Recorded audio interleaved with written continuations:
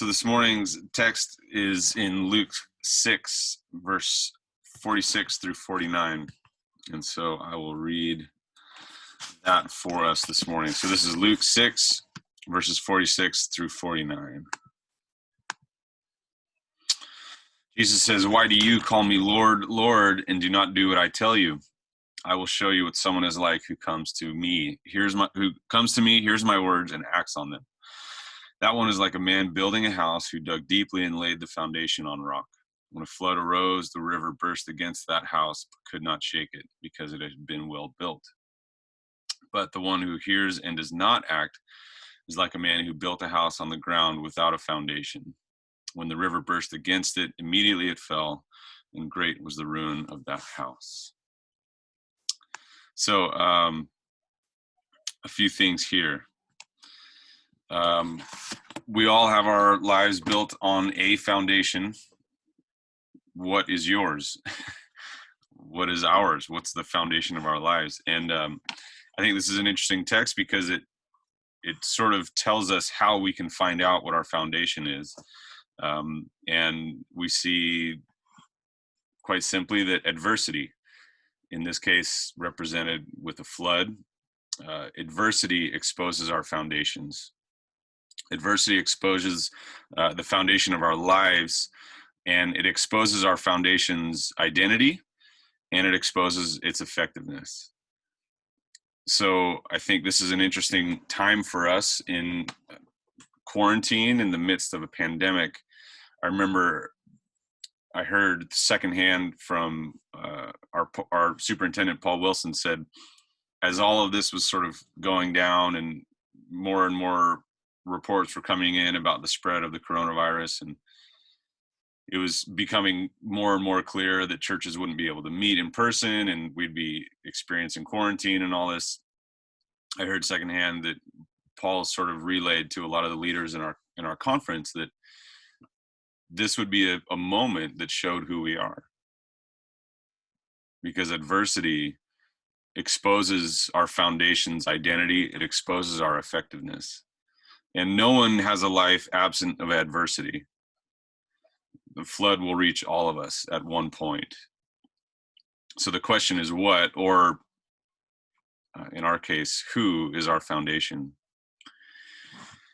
And so Jesus has this very, very deep, very complicated, very insightful. You probably need a seminary degree to understand his process and his the secret code to building a solid foundation. And he lists it out in verse 47.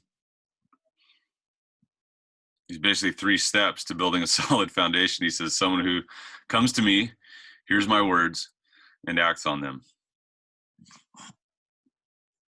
That's a good old seminary degree right there for you guys. I hope you enjoyed that. A lot of studying went into me being able to understand those words of Jesus. But I'm not making fun of seminary. Seminary's great. I loved it. It was brilliant. But this is also the beauty of following Jesus, is that sometimes I think we can get caught up in the clouds and the complexities of the divine. And here we have Jesus really kind of laying it out for us. And he's saying, someone who comes to me, hears my words, and acts on them.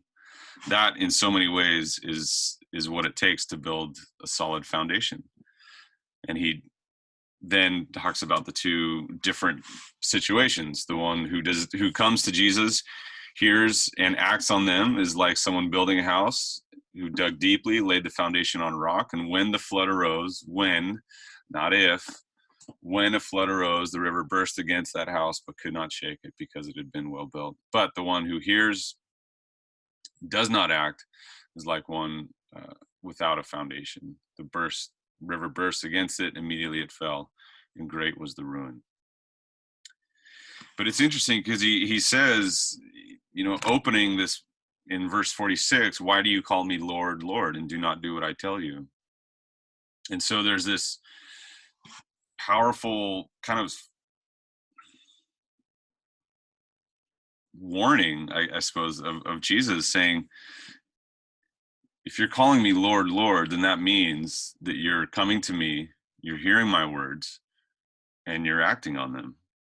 Without those three steps, and so many, Jesus is pretty clearly saying, I'm not really your Lord if you're not coming to me, if you're not hearing my words, and if you're not acting on them.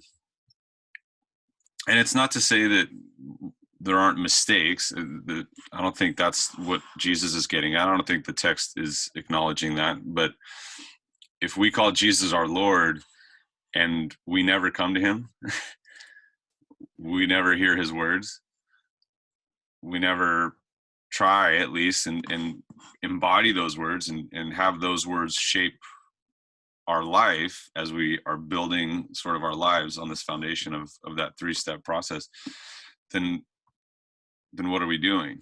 In Matthew 15, verse 8, Jesus is quoting the prophet Isaiah, where he says, "This people honors me with their lips, but their hearts are far from me. In vain do they worship me, teaching human precepts as doctrines." And that's a text that's always I remember the first time that it really hit me, and ever since then it's been haunting me, is this, especially as someone who works vocationally for a church community, how often, at least weekly, we're gathering, and how often do I have these moments where I stop and sit and I'm like, is this me? Am I calling out Lord, Lord, and yet I'm not really coming to Jesus and listening to his words and acting on them? Am I singing out or praying out or preaching out, Lord, Lord, and yet I'm not really living out life, building my life on the foundation of coming to Jesus, hearing his words, and acting on them. So may we this morning have our lives built upon the solid foundation during this flood of pandemic and in all the other floods to come. This is not the flood that ends all floods. There will be more. And so may we come to Jesus, may we hear his words, may we act on them. And I think I wanted to close this morning with the prayer of Julian of Norwich, who herself lived through one of the most devastating pandemics in the history of the world. She lived through the bubonic plague in Norwich, in East Anglia, in the 14th century. And so she is this woman who I think we can lean on during this time and learn from, because she was one who, as she encountered the great flood of the Black Death in her midst, it drew her closer into that foundation of Jesus in her life. So she prayed, "God, of your goodness, give me yourself, for you are enough for me.